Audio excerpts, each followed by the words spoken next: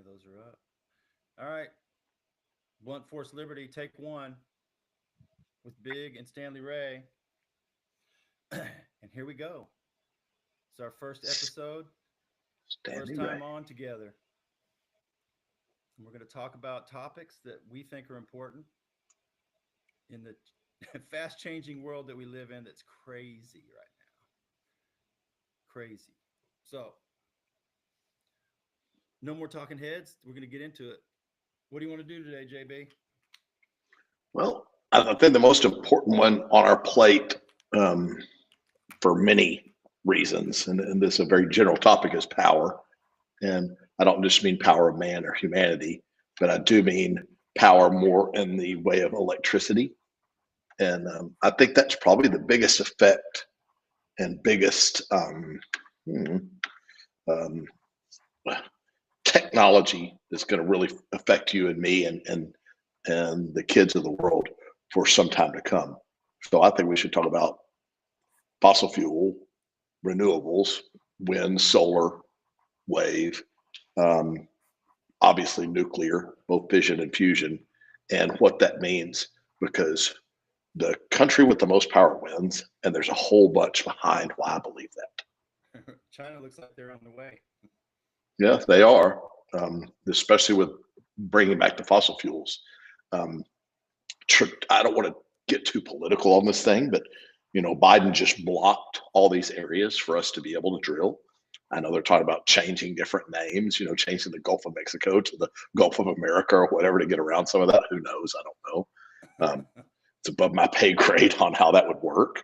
But there does need to be a stopgap between the cleanest power source and the way that the universe creates power. Most stars create power through nuclear, taking two hydrogen atoms and fusing them together to make helium, and that's the universe's way of making power.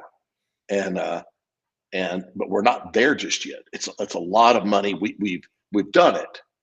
We've gotten way more power out than we put in on a couple of big projects, so it's doable. We know the science is there, but the money and time, more importantly, to build the machines to do it today, it's going to take time. So we have to have that stopgap, and the stopgap is not windmills. The stopgap's not solar panels. It's just not.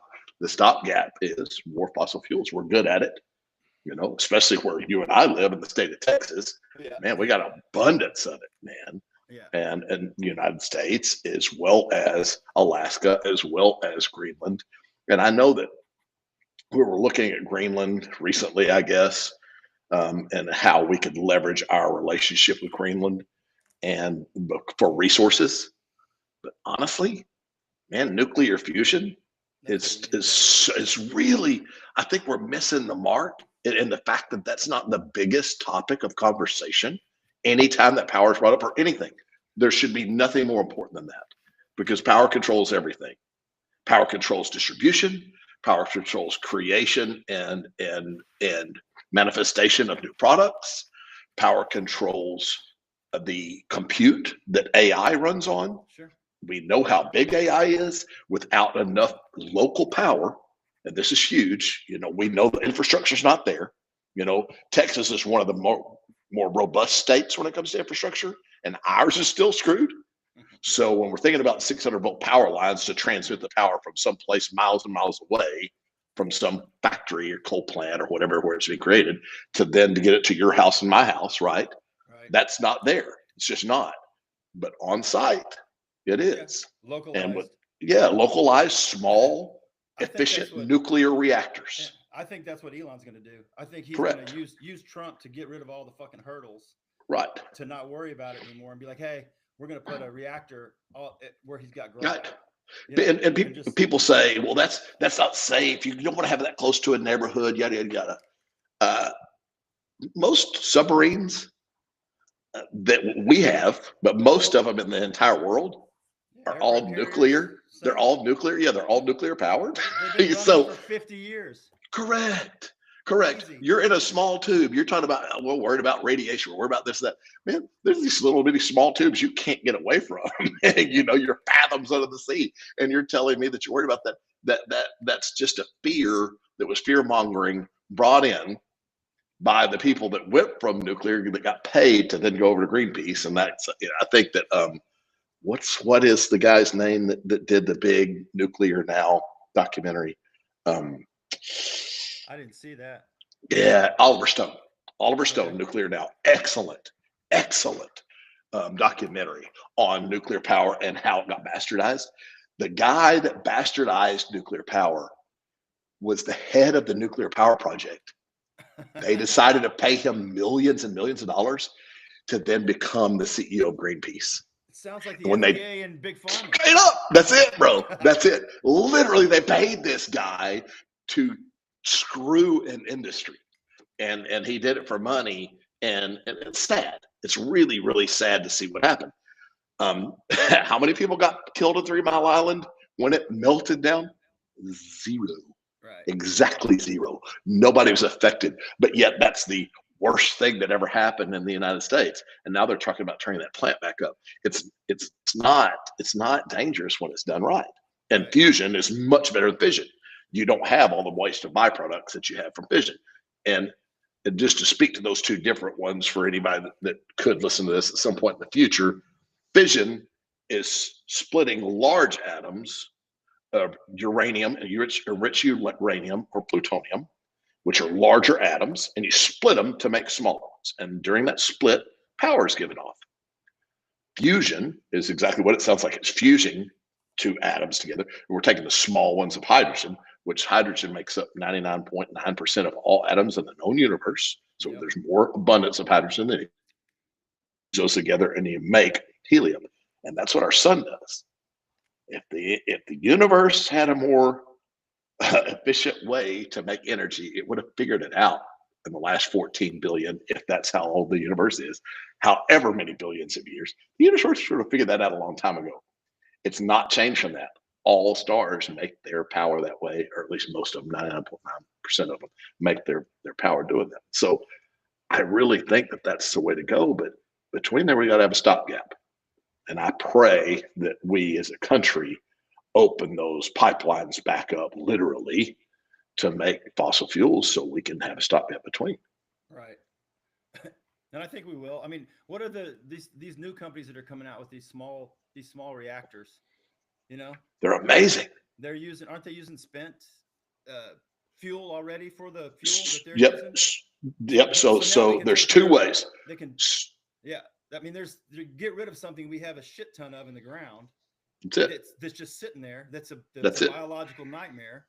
That's it. We can use it till it's extinct, yep. right? And then that's it. Then we can use it, get rid of it because it's more depleted after we're done. Right? That is correct. And that's using the fission. Which we already understand and we can do, and it's safe.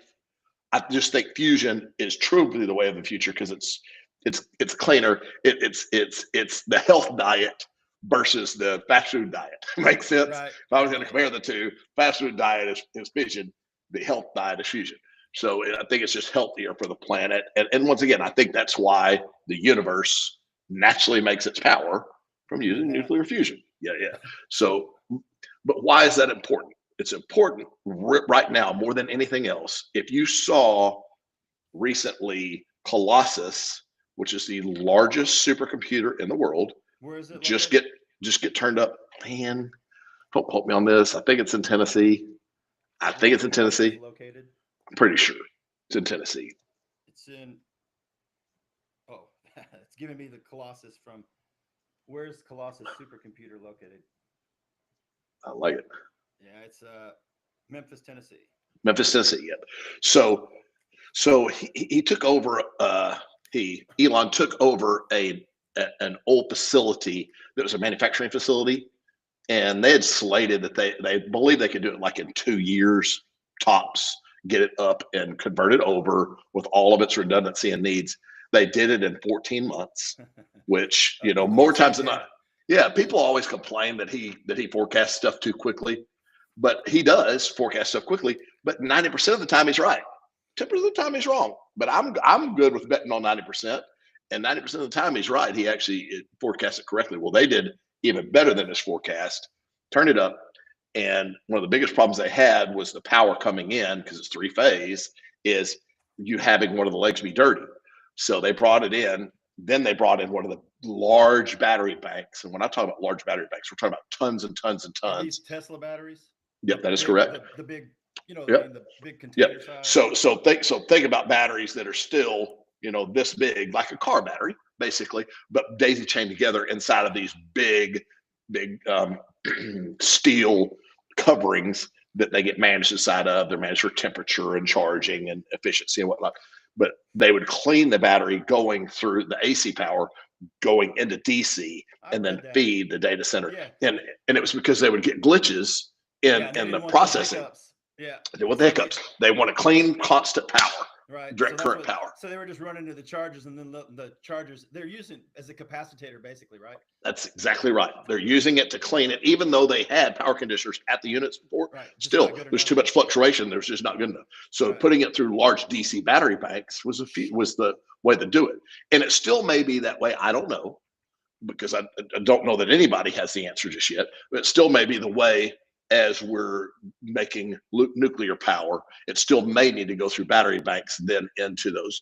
And so back to my diatribe, why I think powers is so important, because he who has, if you have enough compute, you saw how much compute he bought from NVIDIA. He bought all of it, man, right? He bought all the processors he could buy, but they have Dojo, which is their own compute.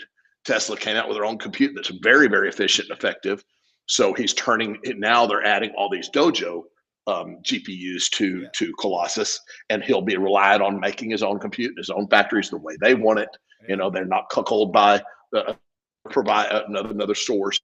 Long story short, then you have AI, AGI, ASI, whatever that looks like.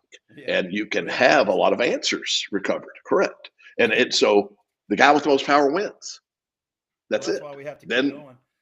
You have then the power to mine the ore to make the robots. You have the power to mine the lithium. You have the power to mine the whatever, insert whatever you need to mine to make this thing here. And man, it just bankrolls, rolls off the top of power. It's going to take this power. AI is going to take this power, and then the calculation. That's right. It's going to figure out how to make it more efficient and more safe.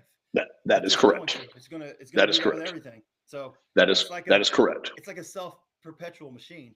That is correct. Self-perpetuating. You're exactly right. I don't disagree. And that's why I think for our first podcast, that's why I like this topic, because nothing else matters but that right now. The guy with the most power is going to win, and it comes down from physical electrical power to the power of running industry, the power of putting different rules and regulations in place, or dropping them, more importantly, getting out of the way of progress, stripping back all these rules and regulations like an onion that have just ruined industry because of ridiculous stuff. Listen, I love whales like the next guy, but if you make somebody that has a rocket ship that's going to land in the top 30 feet of water have to do millions and millions and millions of dollars worth of research to find out what are the chances that it can hit a whale? Did it get hit a whale or a shark? Come on. Come on. Honest to God. Listen, you biologists that are out there, I love it. I love sea creatures, but that's ridiculous. There's no chance on earth that a whale's going to be there at the right time. And listen, if that whale were there, I hate it for the whale. Be smarter, be looking around and listening and feeling like you're going to know something's coming down. I mean, come on. I think they're smart in that. They can feel the vibrations coming. They're going to stay way far away from that, any more than a deer would run off when you hear just a click of a twig. Come on, man. You know what I'm saying? Well, you think that they would. It's like, hey, man, if you got a starship coming down. Yeah, man. Yeah, we're not messing with that. Let's get out of here. Yeah, we're not going to be within miles of that. Dive, dive, baby. Exactly. It's like, so I'm hoping, like you, that it strips back those layers, just like that bill that they just tried to pass with all these raises and all this stuff. Instead of giving the hurricane relief money, it was all these other things that are thrown in, and they always do that. And using AI to go through it very quickly. When they're trying to push it through, somebody just go through and just take all these bullet points. Give me the the summary summary. on Give me the 3,000 bullet pages. points. Yep. Yeah, Tell me man. what the meat is in here. Come on. Here, I got you. That's to me, that's beautiful. Yeah. To me, that's efficient. It's effective. It's bipartisan. It's what should be right. There's a right and a wrong. And I've got my view of it. You have your view of it, and other people do too. But let me tell you, man, to have a tool like that that augments our intelligence and more importantly, augments our time, because that's the one thing you and I can't buy. Yep. Man, Can't get it listen, back. makes us smarter, quicker, faster, stronger. I mean, it feels like a Daft Punk song in there somewhere. I see you back there, Maximus Ray. So one of those deals where literally it literally makes us, very Daft Punkish, Well, I mean, they said that the supercomputer is planned to eventually include more than 1 million GPUs. right. That's a lot. And does it say that it started off with 300,000? Is that right? Am I right on that figure, or does it say? It's not a big deal, but I think that's what he started off with, was 300,000. AI's Colossus computer comprising 100,000 NVIDIA Hopper Okay, GPUs. so 100. Yeah. I think it's up to 300 now. Right. I know there's a reason I'm coming up with that 300,000. It may have not started with it, but now that's where it is today. I don't remember, but I know he's added a bunch. I know the plan was to get to like 450, I think, by July or August, something like that. Wow. That's a lot. Yeah. Yeah, it's a whole lot. It's a hockey stick that you and I can't comprehend in its amount of compute. And this will go one step further. That's still silicon compute. That's still a trillion transistors or on-off zeros, ones on about the size of my pinky fingernail. Now, wait till we go quantum compute, man, and we're looking at either the state of an electron or a state of a photon, which is pretty cool that they're using photons for it now as well. Why that's important is the signal to noise ratio. If you're looking at the state of that thing, whatever it is, but let's just say it's electron, you're looking at its state, and it can be in an infinite number of states. The problem is the signal to noise. If you and I are in a room, and you and I are trying to have a conversation right now, but we're in the room with 1,000 people and we're 10 feet apart, and the hum of everybody else, that noise may make it where you and I can't talk.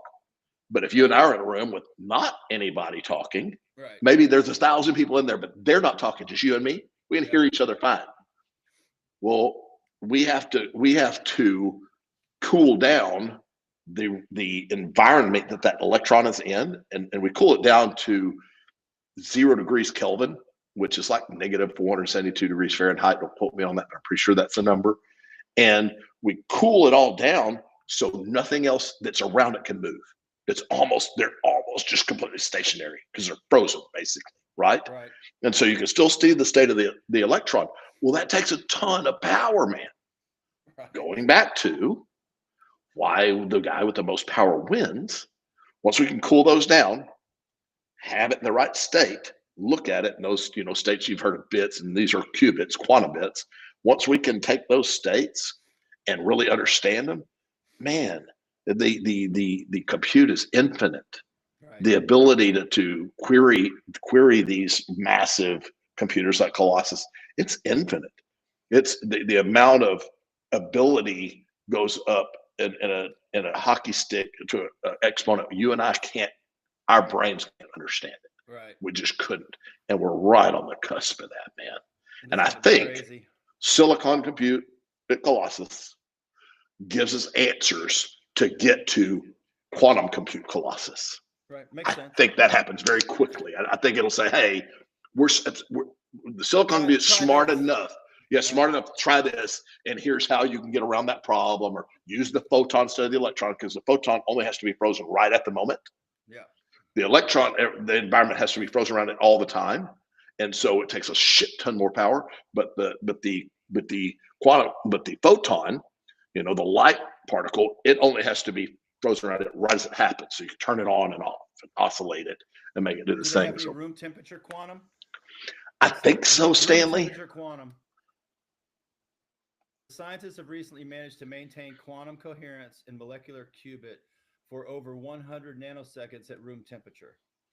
So, but ask it what the error rate is at room temperature quantum, because that's the deal. The signal noise ratio is it's the error rate, because it listens to the other stuff too much, or it gets too confused by the other noise. So ask it what the error rate is of quantum computing. Error rate on room temperature quantum? That's the ticket. The error rate is let's see. It says the error rate on room temperature quantum computers currently significantly higher than traditional quantum computers, typically falling within the range of 1% to 10%, depending on the specific technology. As room temperature environments introduce more noise, like you're saying, and instability that can disrupt the delicate. So okay, so then ask what the best error rate is achieved so far for quantum compute. What's the best error rate for quantum achieved thus far? That's what I'm talking about. Let's see.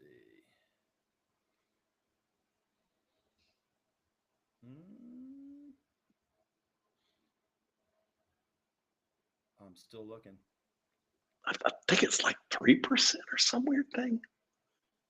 Man, these numbers get stuck in my head, dude. I just don't. We need to qualify it.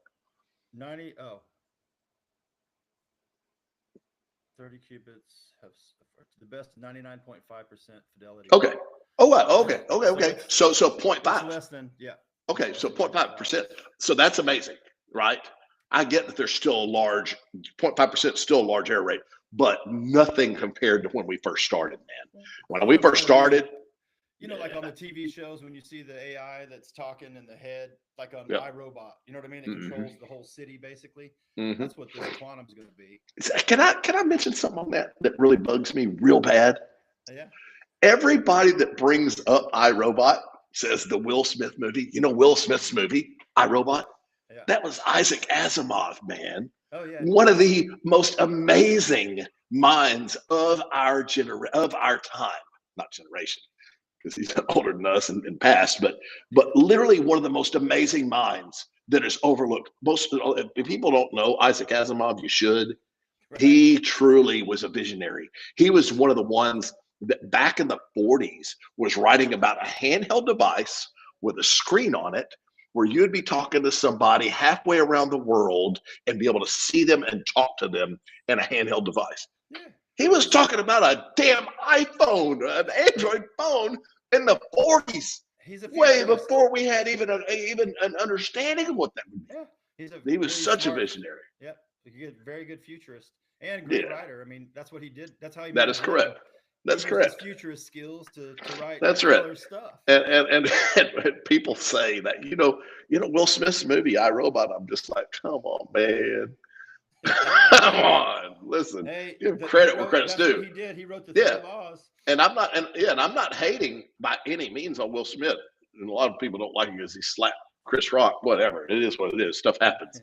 The emotions happen. I can't imagine what being either one of those guys is like. I don't like it, but I like his works of art for sure. But so I'm not hating on Will Smith. I'm just hating on the fact that people don't give credit where credit's due. And Isaac Asimov, one of my very, very favorite works of art of his is The Last Question. It's a short story about 20 pages long. And if people hadn't read it, man, it's a bang zinger. It's worth the 20 pages, I promise you. The Last Question, Isaac Asimov. Anyway. Oh yeah, because it's got his short stories on here too. I'm telling you, man. Nightfall. I'm telling you. The Last Question. Yeah, God, man. The Last Question is so far in the future of what we're going through right now. It applies to right now more than any other story I can imagine. I'm not joking. And it's 20 pages long. Right. And why great minds like Joe Rogan haven't brought this story to light or ever mentioned it, or Chris Williamson, or a Tabalu, or the list goes on and on and on, right? Of all the major guys that are out there that could really bring this to light. I don't get why not. And Duncan Trussell would be perfect. I'm telling you, if he put The Last Question on his podcast, that guy would geek out on it forever. But for sure, it's something that maybe we should have a podcast on, literally dedicated to that one short story. I'm not joking. It's that powerful. It is that powerful. I was just looking at it. I was like, huh. I'm telling you, it's talking to AI. Yeah, man. So it's crazy. Through eons, Stan. That's the cool thing. It's two guys sitting in what he understood back then to be a DC, a data center.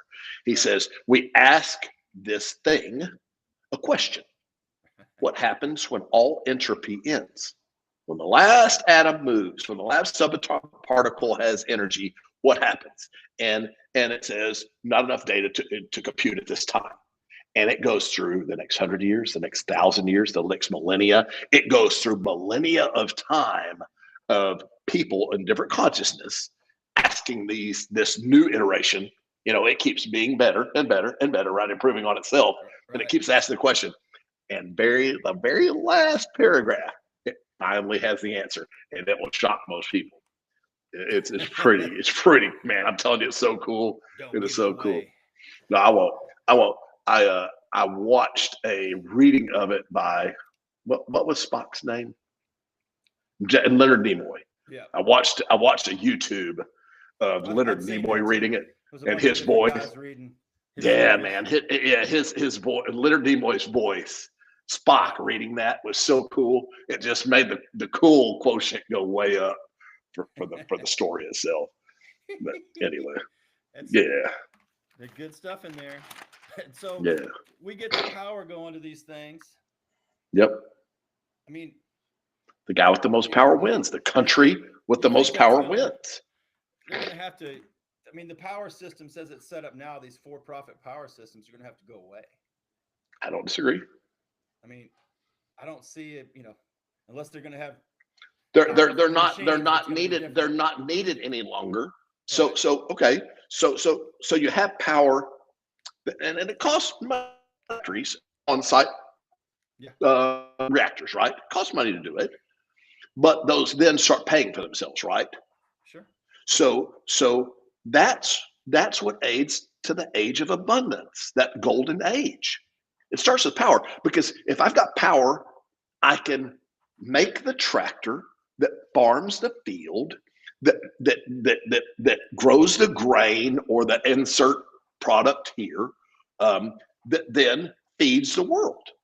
If I've got the power, I can do all of those things. And that's the basics, right? We've got to have shelter. We have to have water. We have to be able to breathe. We have to have air. We have to have food.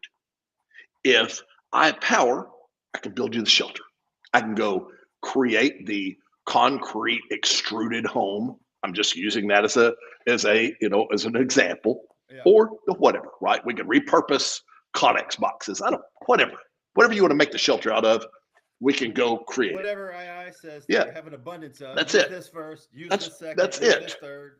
That's it. So, and then we've got H2O, right?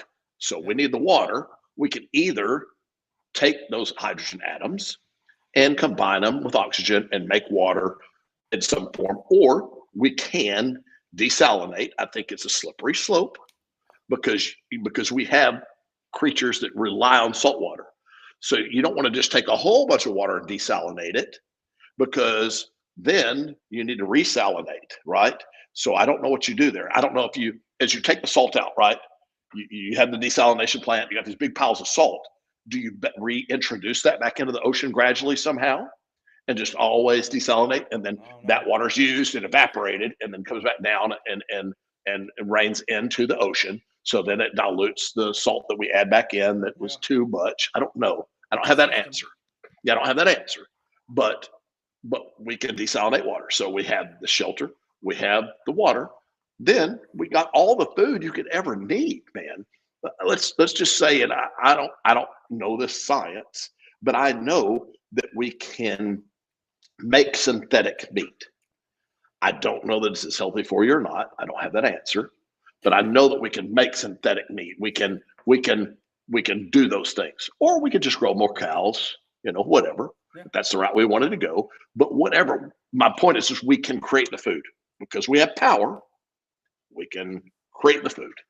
So we have shelter, water, power, air.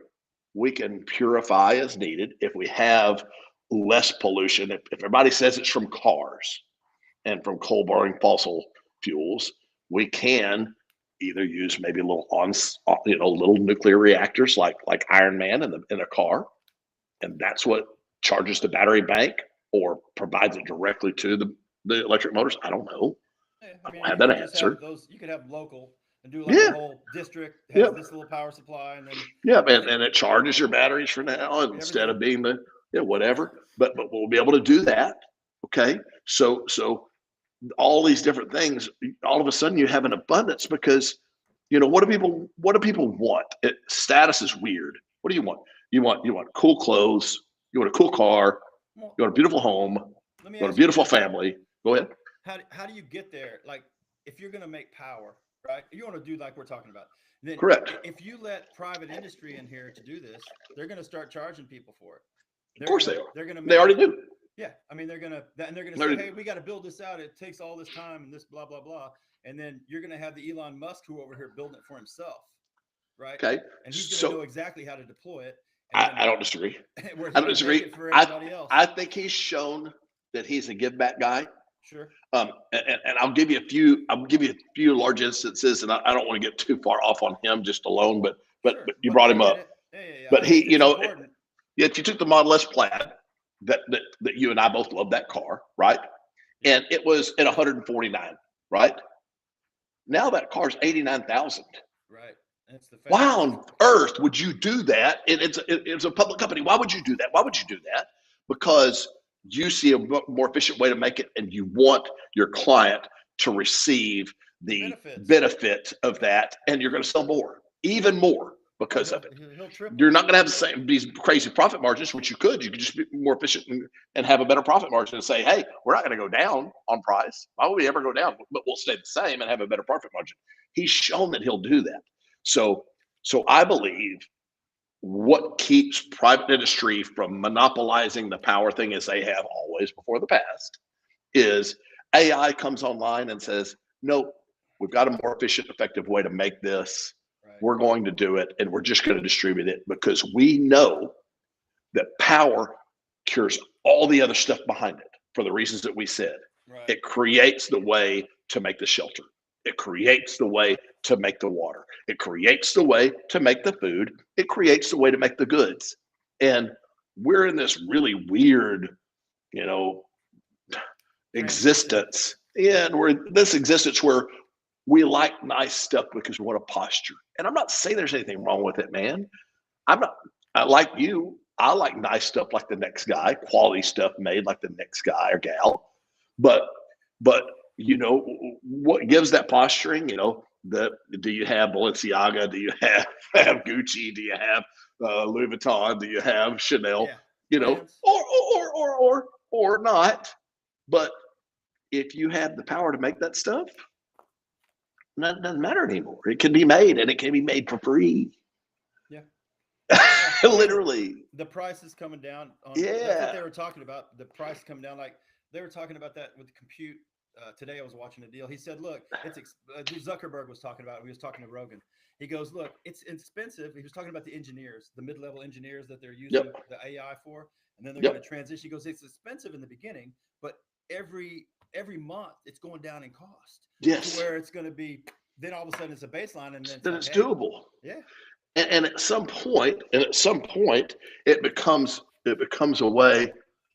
It becomes a way for all of us to have abundance because I'll just give a real far out there. There's some 3D printer that you have at home that you say, hey, I want this new diamond ring, and it 3D prints it. Or I want this new pair of Gucci glasses, and it 3D prints them.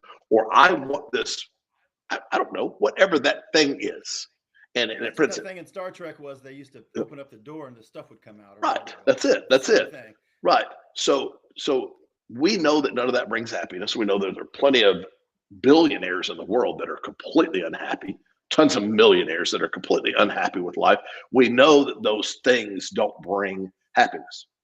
I believe that love, the love that you and I share together, the love that their family shares, the love that our friends share together, and the experience of the journey, not the destination, but the experience of the journey is what brings us true happiness. Being on this journey with you has made me so incredibly happy. and having you a part of my journey and me a part of yours throughout life, dude. I think about that picture with my head's on your shoulder and I'm smiling real big. I see that all the time.